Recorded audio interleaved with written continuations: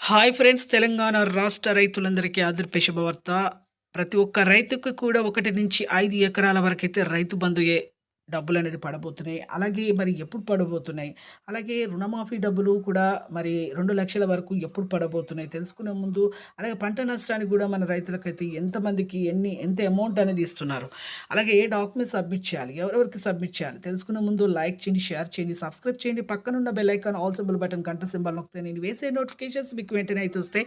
ఇక లేట్ చేయకుండా అయితే వీడియోలకైతే వెళ్ళిపోదాం ఫ్రెండ్స్. ప్రతి ఒక్కరికి కూడా సబ్స్క్రైబ్ చేయకుండా అయితే వీడియోలకైతే వెళ్ళిపోదాం ఫ్రెండ్స్. ప్రతి ఒక్కరికి కూడా రాష్ట్ర రైతులందరికీ, తెలంగాణ రాష్ట్ర రైతులందరికీ రైతు బంధు డబ్బులు 1-5 ఎకరాల వరకైతే వేస్తున్నారు. అందులో 5 ఎకరాల వరకైతే ప్రతి ఒక్కరికైతే ఇప్పుడు పడడం జరిగింది.